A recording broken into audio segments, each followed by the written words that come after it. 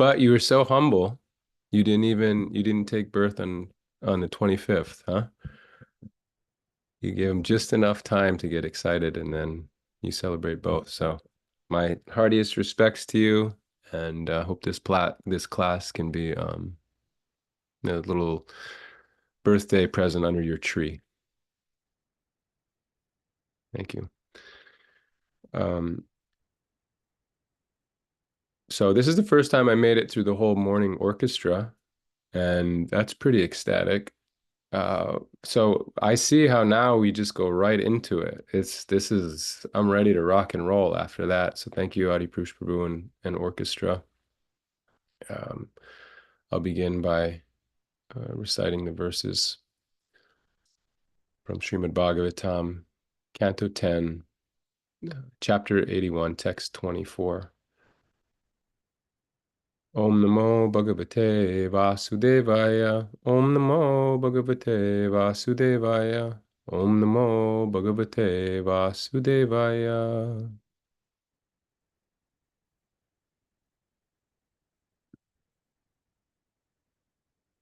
Evam imam sammanam tam naryo mara prabha pratyagranan mahabhagam Gita Badyena Bhuyasya.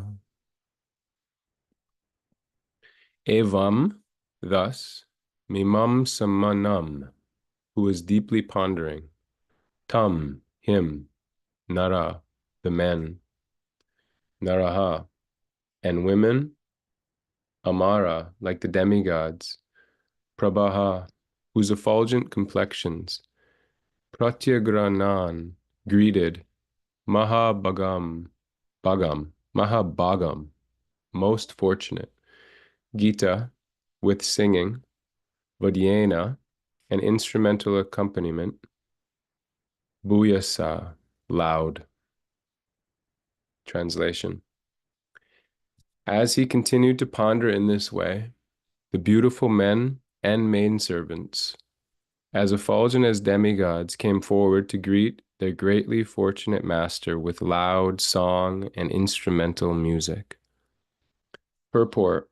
As explained by Acharya Vishwanath Chakravarti, the word pratyagrahnan, or they acknowledged in turn, indicates that first Sudam accepted the servants within his mind, deciding, my Lord must want me to have them.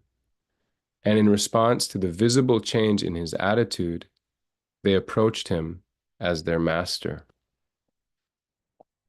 Omaganya Timirandasya, Ginanjanan Chalakaya, Chakshu Unmilitam Mena, Tasmai Shri Guruve Namaha. Yeah, okay, we'll do the whole thing.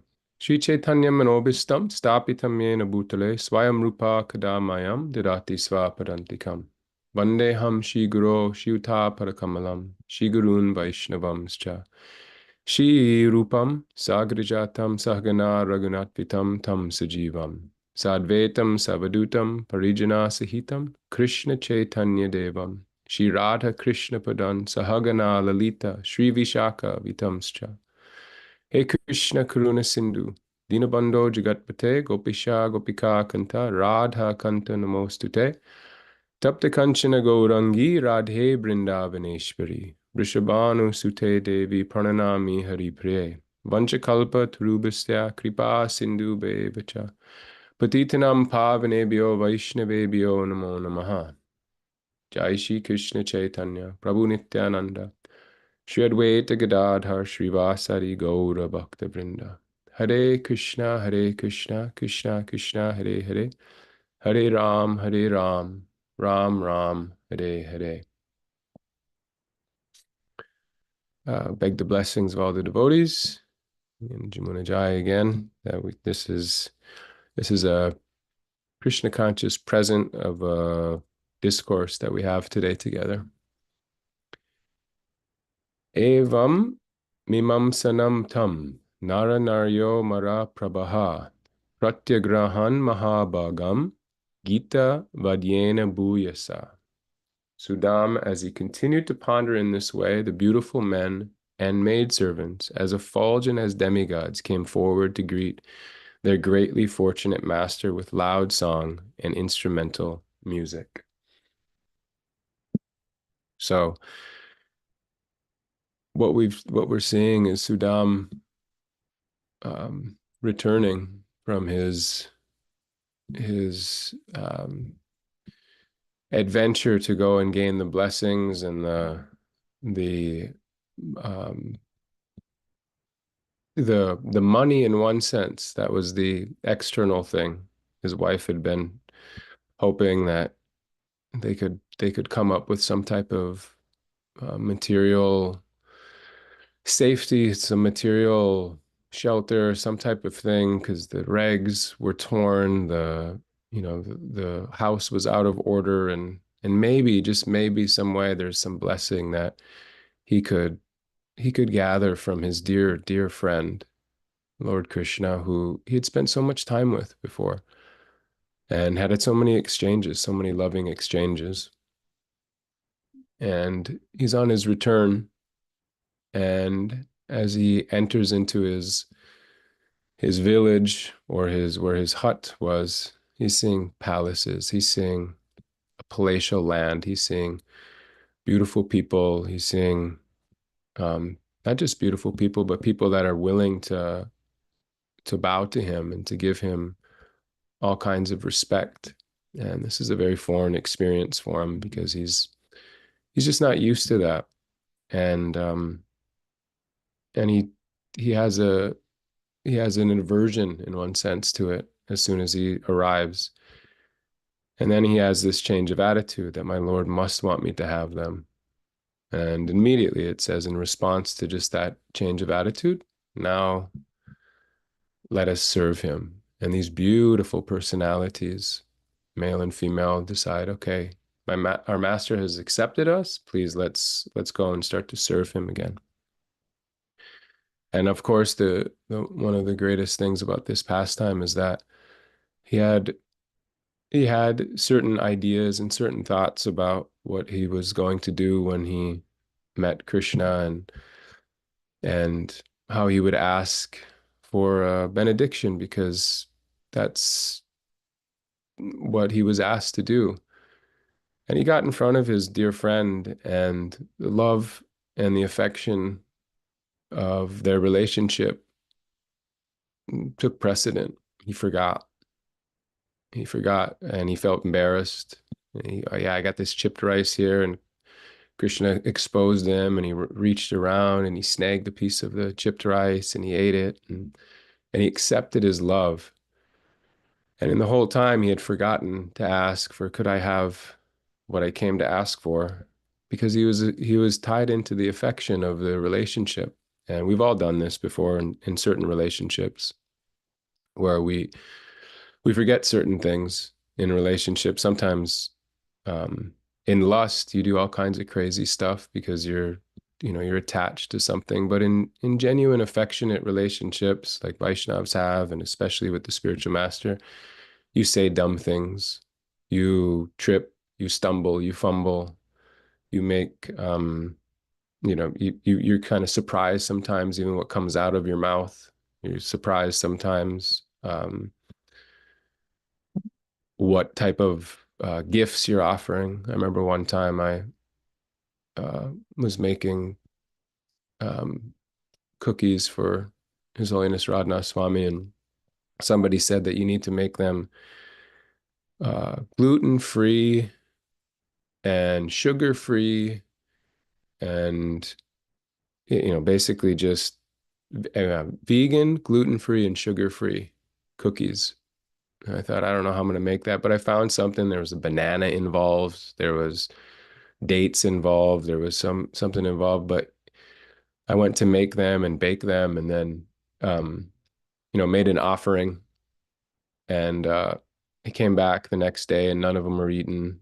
And then next day there was still none eaten. And the next day still none eaten. And then I just took them away. And then I kind of understood this was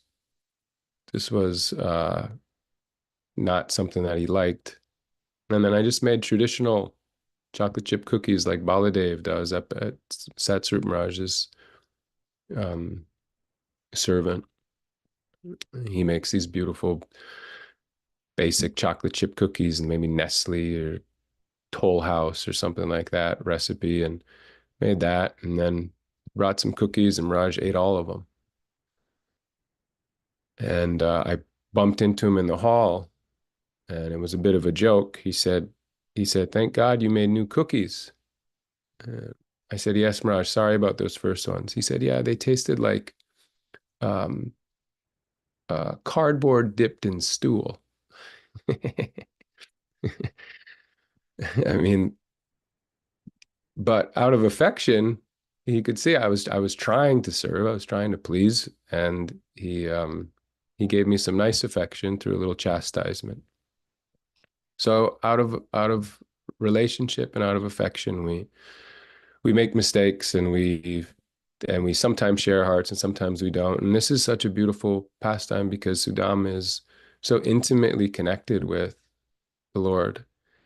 And he's having this sweet exchange and he looks when he returns and he says, my Lord must want me to have these maid servants. And now I guess I have to engage with them. And there's nothing better than being able to reciprocate with those that you love and those that love you. And especially the spiritual master, especially Krishna in this situation. What happens if Sudam rejects that, his offering? What happens if he says, actually, I don't want this, Krishna? It's a, it's in one sense, it's a dismissal of Krishna's grace in our life. So we see this happen a lot in the Bhagavatam or many different places where devotees will come in for one reason. Dhruva Maharaj, comes in for a certain reason, but then has the realization of what he really wants, and then Krishna still reciprocates with that first desire and gives him great opulence or gives him great strength or gives him great whatever it may be. And you see the devotees still reciprocating with that. And you see this a lot, not just in Krishna Leela, but you see it in Lord Chaitanya's Leela as well, where Kolavecha Sridhar, the banana seller, is reciprocating with, or Lord Chaitanya is reciprocating with um, uh, Kolavecha Sridhar's love and his affection, and he's the Lord as Lord Chaitanya, the Lord as Krishna knows what's in there, and you just can't hide it. You can't hide what the real desire is, um, and it's our job to do what Sudam is doing here, to appreciate whatever it is that may be coming, ups, the downs, the lefts, the rights, and reciprocate with that as best as we can, especially in that moment. And so here's Sudam doing something completely different than what he's been accustomed to, because he wants to reciprocate with his beloved's affection. And the same way, Krishna was reciprocating with his affection. And it didn't even need to be spoken in one sense. Now, we should practice speaking these things. We should practice prayer. We should practice having conversations with Krishna and Guru and revealing our heart and our mind to the devotees and to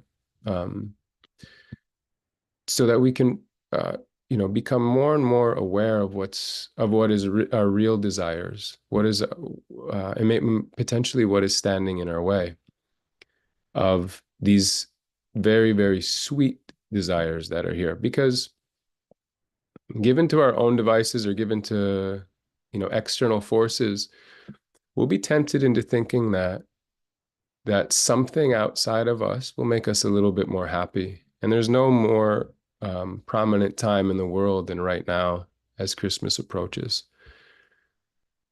that a certain gift will make us happy, a certain experience of family potentially will make us happy. A certain um, relationship, maybe. I know if you go, and be with the family, maybe there's some reconciliation of a certain relationship that you want to have, that will make us happy, or there will be a certain reunion with somebody that you haven't seen in a long time, and that's going to make us happy, and all of it predicated on another, all of it predicated on an external force or a thing.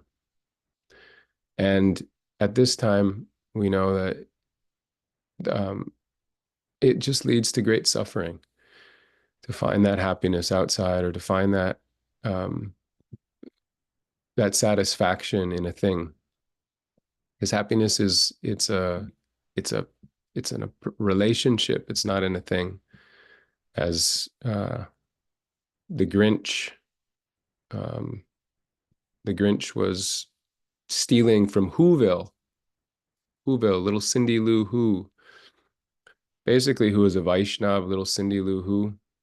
She brought everybody together, did Sankirtan, and chanted the glories of community and chanted the glories of Sangha, and was ultimately happy. It was very much Prahlad like, where we get together and we chant the holy names and we're happy. And they were finding their happiness, the Who's, they were finding their happiness in Sangha. They were finding their happiness in togetherness, not in their presence or not in their things. And we can see here that there's a balance too, where there is a simultaneous, we know where the happiness comes from, and then there's a simultaneous reciprocation with what is given. So in this situation, the Sudama, the great devotee, is reciprocating with what's given. There's also another, I know in Chittiketu Maharaj's pastime, he chants, is it the Narayan Kavacha or something, for 7 days, and then he's giving great opulence too. And he has a similar realization that, okay, I guess this has been given to me, and so I must accept, and then let me utilize this.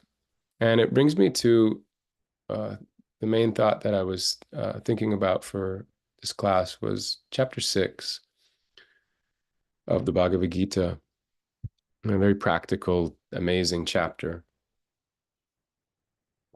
Chapter 6, text number 8 and text number 9. I just love these verses because they're very edifying for us and very, very powerful. So I'll read them. This is chapter 6, text number 8.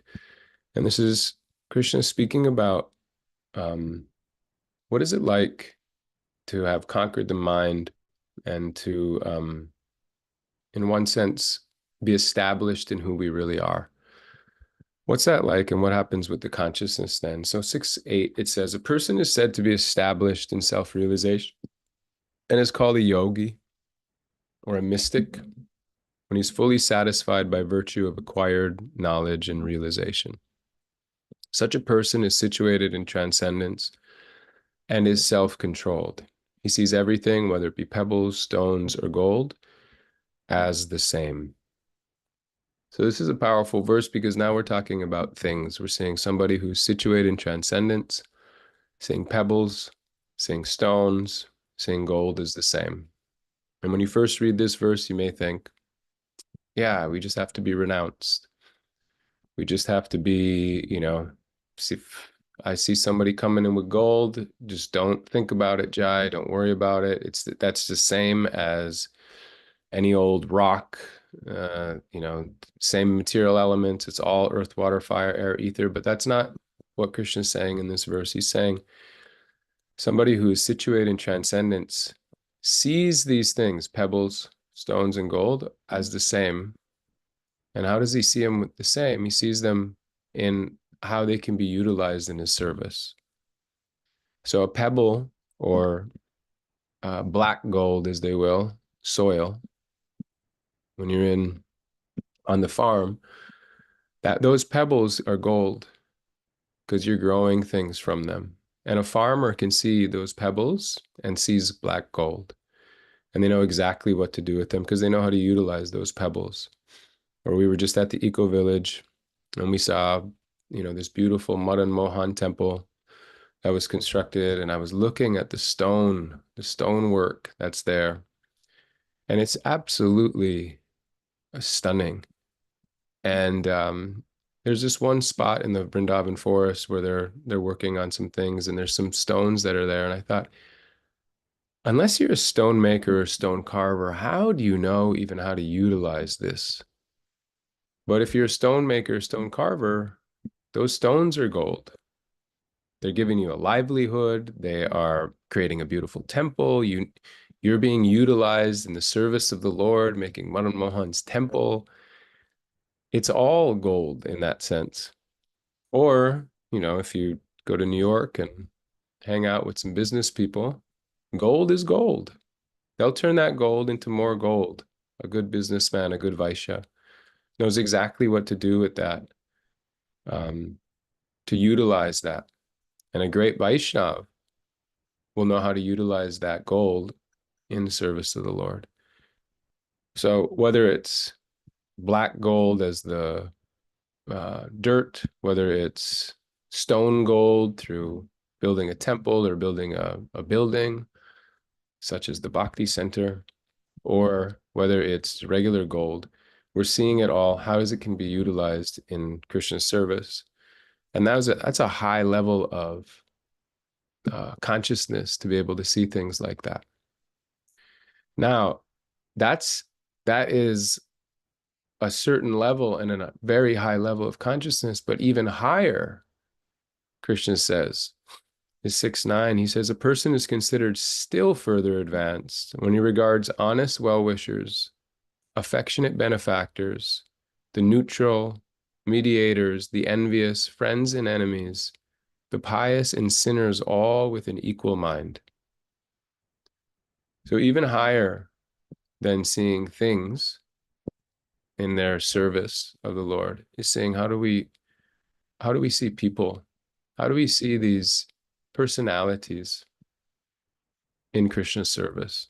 How do we see people for who they really are, beyond their coverings, beyond their modes, beyond all of those things? How do we do that? That's a higher level of consciousness. And so one level of consciousness is seeing these things. Sudama gets these buildings, he gets these opulences, he gets these riches.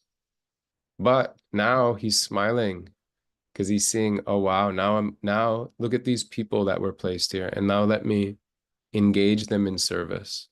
And he's qualified to do that because he's practiced his entire life being engaged in service.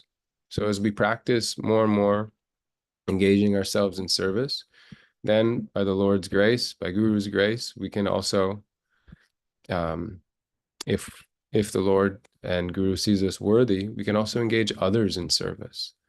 And that is the benediction that we've all been given, by coming to Srila Prabhupada's feet, because who is more magnanimous than Srila Prabhupada engaging all of us in Krishna's service, seeing all of us,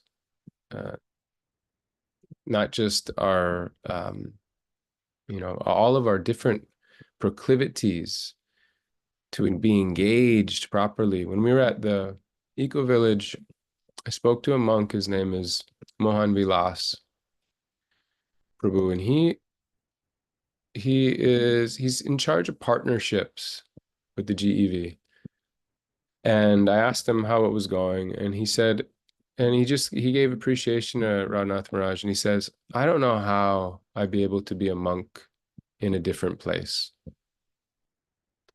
He said, somehow my spiritual masters engaged me in something that I'm interested in. And I'm just so, so grateful. And he was genuine, just very, very genuine. And I was seeing that in every little nook and cranny of that place, devotees are engaged in a very, very particular way. And that takes a great personality to be able to engage people in Krishna's service according to their propensity. And so a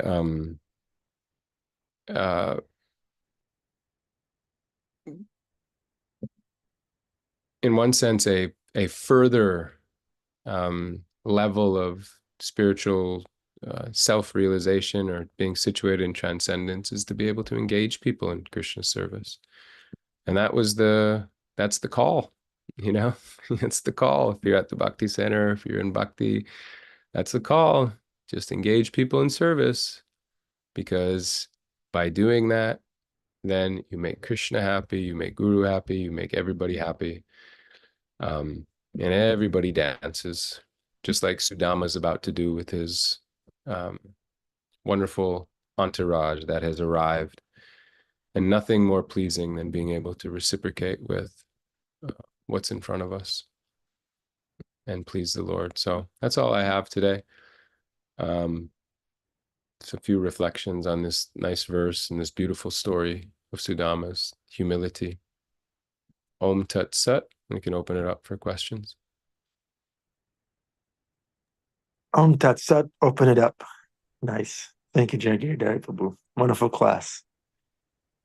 So engaging others in devotional service makes everyone happy. Thank you, Jai Giridhari Prabhu. Thank you for engaging me. You're doing it. Hare Krishna. Okay, let's reflect back. Prashant Prabhu. Hare Krishna, thank you for a wonderful class. I just love how you said that Sudama was always averse to all these material opulences, but now that he had it, he accepted it because he accepted it as what Krishna wants him to have. Mm. Now, each of us also probably lives in more opulence than what we basically need. And there are verses in Bhagavatam which say that we should not aspire for that. We should do for bare minimum and focus the rest on Krishna. How does that reconcile with this? Because then each of us could even rationalize and say, well, I have all this because Krishna wants me to have it. So I'm just going to enjoy it. Like I am just confused because I am reading Bhagavatam from first canto, and that's the theme in those verses to go Yeah. for the bare minimum. Yeah, thank you. Great question, Prashant. I mean, I think the very end of your sentence said it all. You know, I have it, so I might as well enjoy it. And that last part is that's what either binds us or frees us from it. So if it's for our enjoyment, then it will bind us. And if it's for Krishna's enjoyment, or you have, like, we have a house and a nice outside space. So if we have Vaishnavas over and we share this with the devotees and we create that atmosphere, then all of a sudden it's in service. But it's very, we gotta check our own heart. Is this for me, or is this for Krishna? And with a little bit of sincerity and a little bit of even reflection from others around us, it becomes very apparent whether I need this or whether I'm being used by it. In the work that I do, I work with people who are very, very wealthy, very, very, they have so much. And I just I've seen it year after year after year, that the more opulence that somebody has devoid of really utilizing it for Krishna service, all it does is degrade, because it just makes somebody connected to the mode of passion so much. It just creates such passion that they can't stop, um, because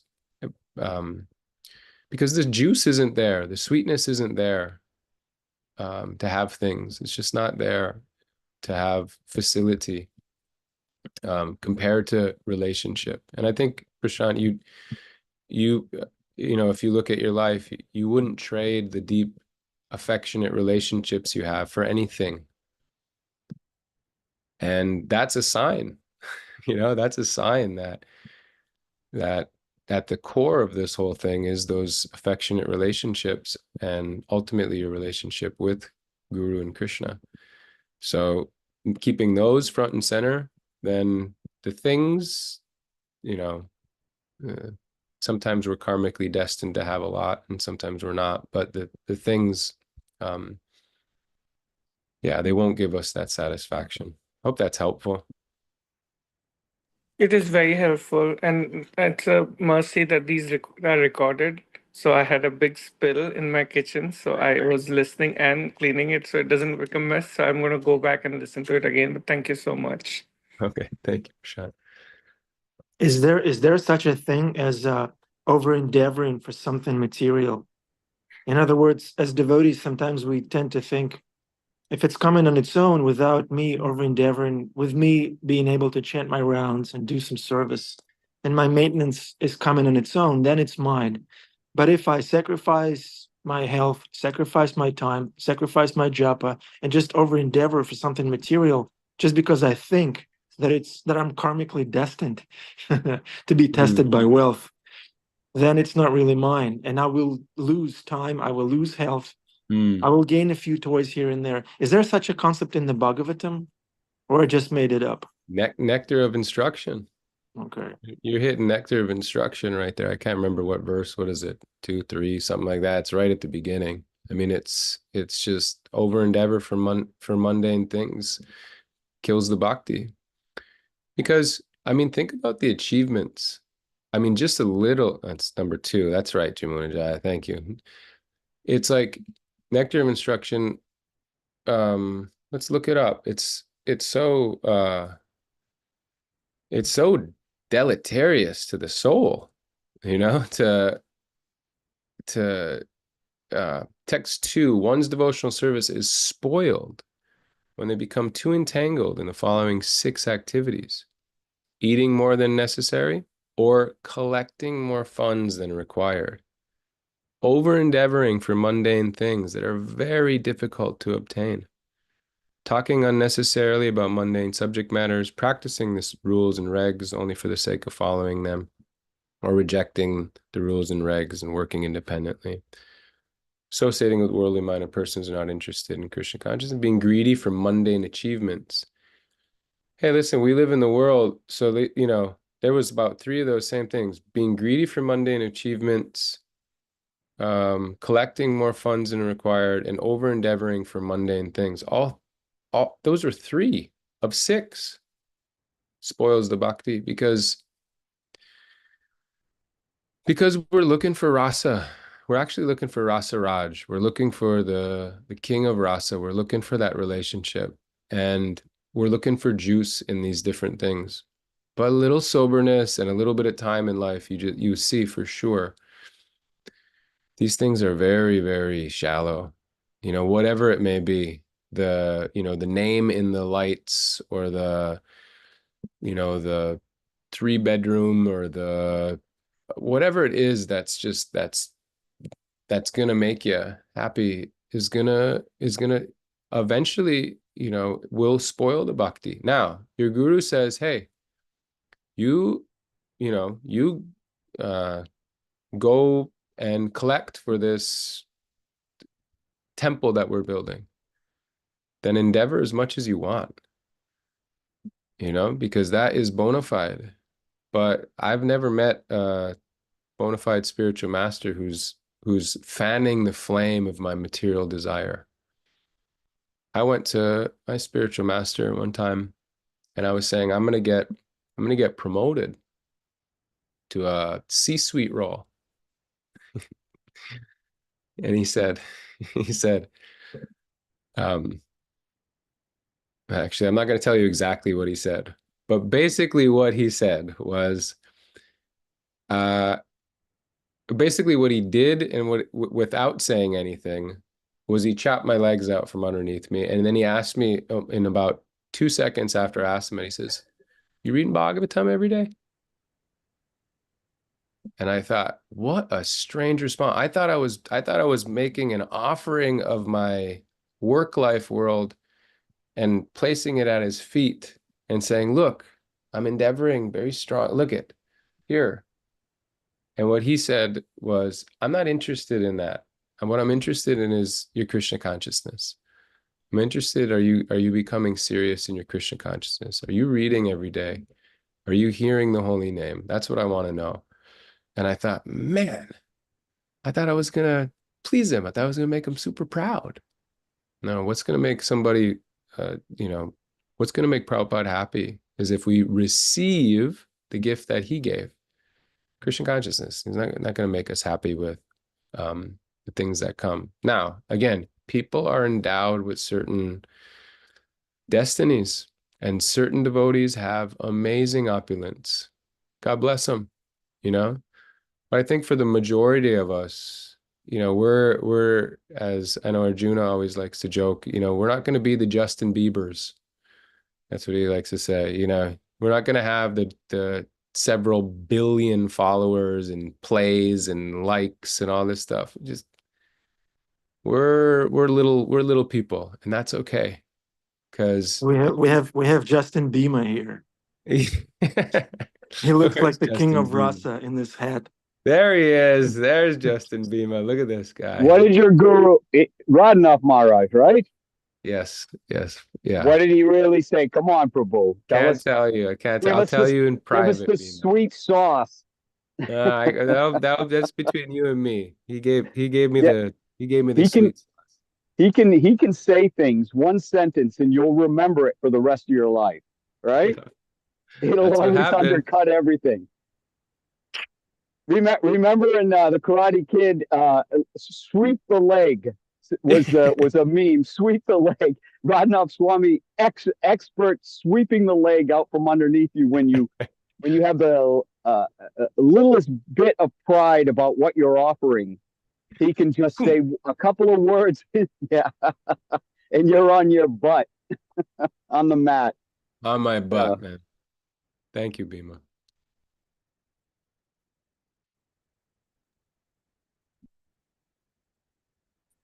That's all you have, Bima Prabhu?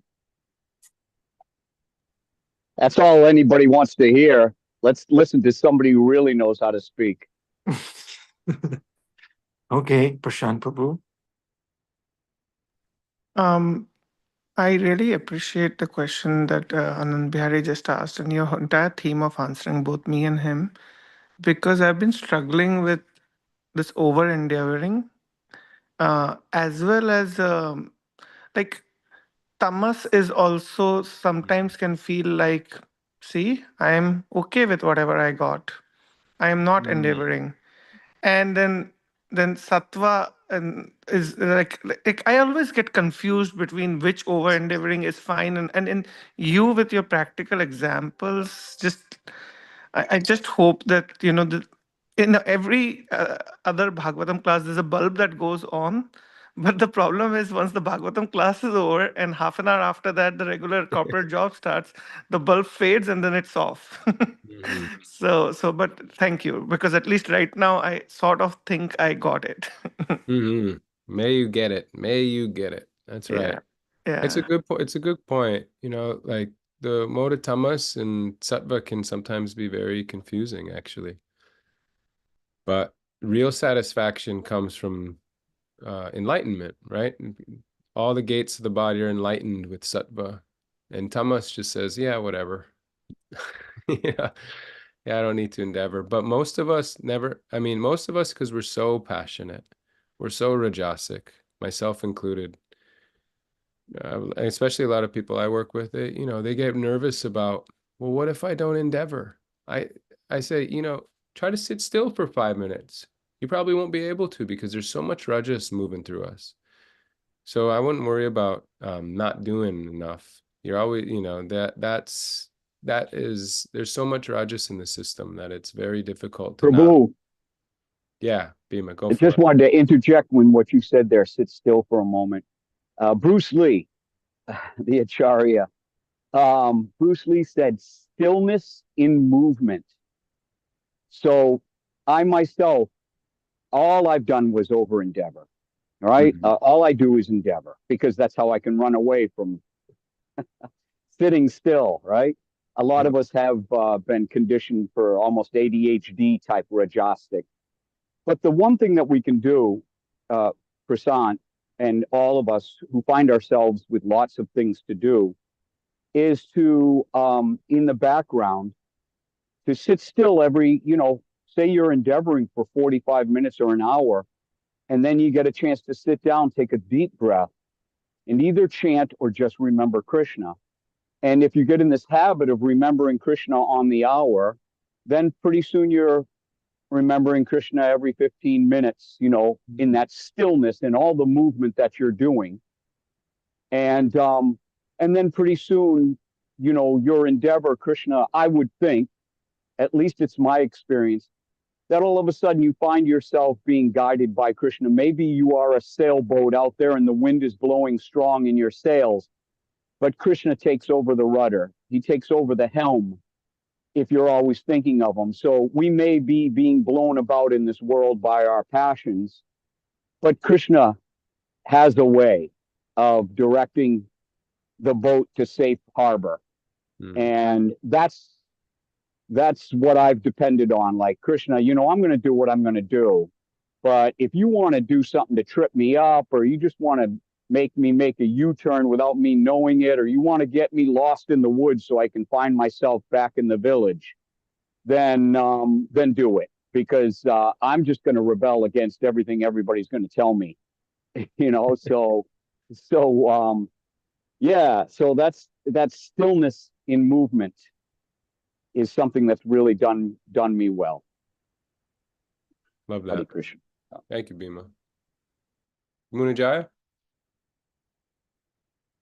Hare Krishna. It's so funny. The reason that I knew so quick which one the nectar of instruction was, I'm reading with Baba Bhakti and Jai Giridhari and some others of Sri Bhakti Loka, and this is further unpacking particularly the second and the third verses of NOI. And this aspect comes in. There's two words that I've really been playing with, is that he writes in it, Bhaktivinoda Thakur writes in it, that one should accept but not attach to this kind of work and this kind of opulence. You accept the work that it comes in and accept the goodies, we'll say, that comes, but then don't attach to them. And I love that contrast.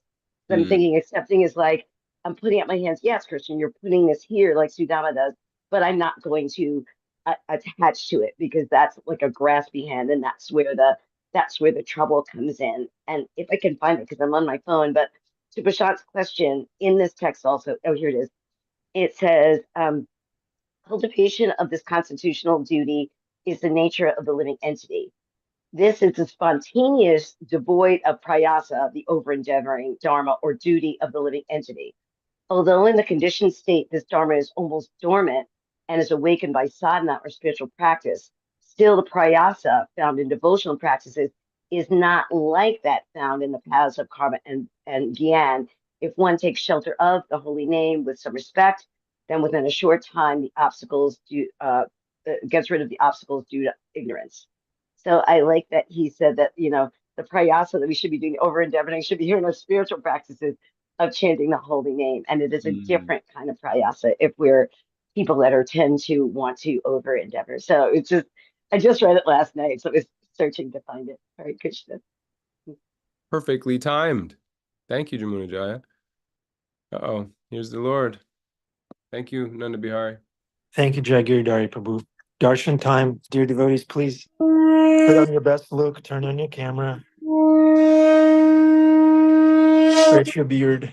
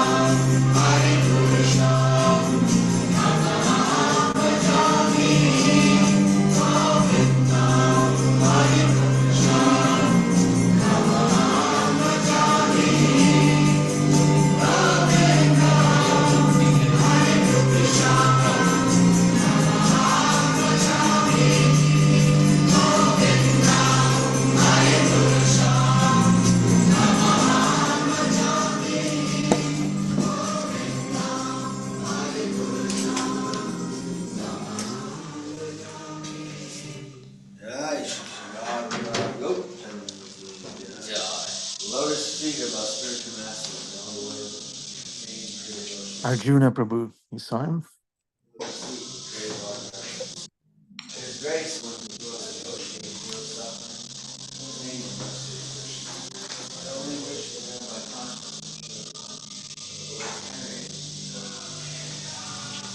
Okay.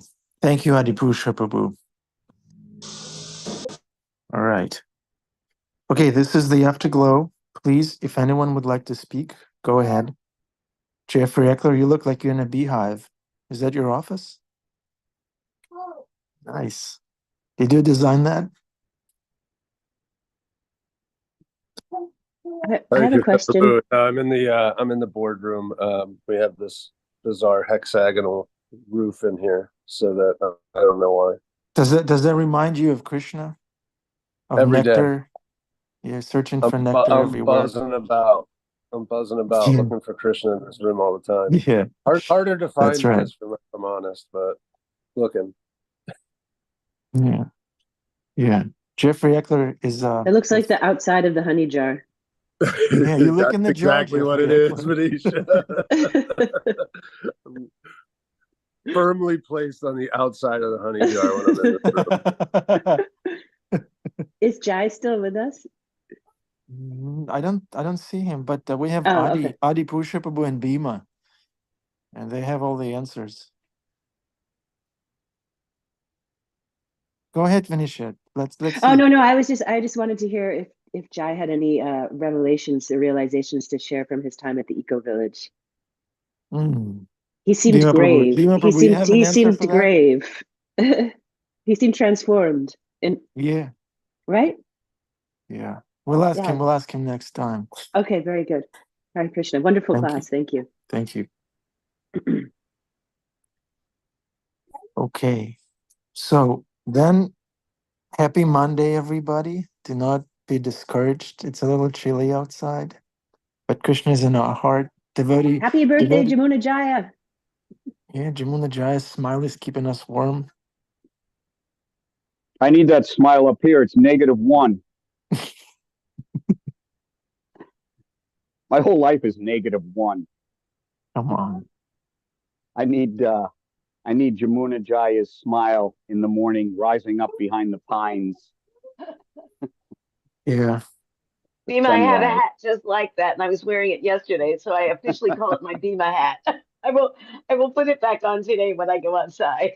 I don't know what they said. I destroyed the horses destroyed my last hat. They always used to take it off my head. And sometimes I'd have the straps on and they'd try to take it off my head and drag me around by my hat for fun. But anyways, I got a new one, but this one's made for giants, like it's huge, like for a big football player or something. Yeah, I can't, I need to gain more knowledge, Jamuna Jaya. I need to fill my head to fill the hat. Yeah, fill that hat with knowledge of Krishna. Jai. Thank you very much. Happy birthday, Jamuna Jaya. Happy Monday, everybody. Hare Krishna. See you again tomorrow. Hare Krishna. Hold on. We have the mantra to recite. Hold on. We need the most childlike person on this call, at least. Okay. How about Krishna Kumari? Krishna Kumari, please unmute yourself and recite the mantra. Hare Krishna. Jai. That was very sweet and Haribol, meditative. Haribol. Okay. Hare Krishna. Haribol.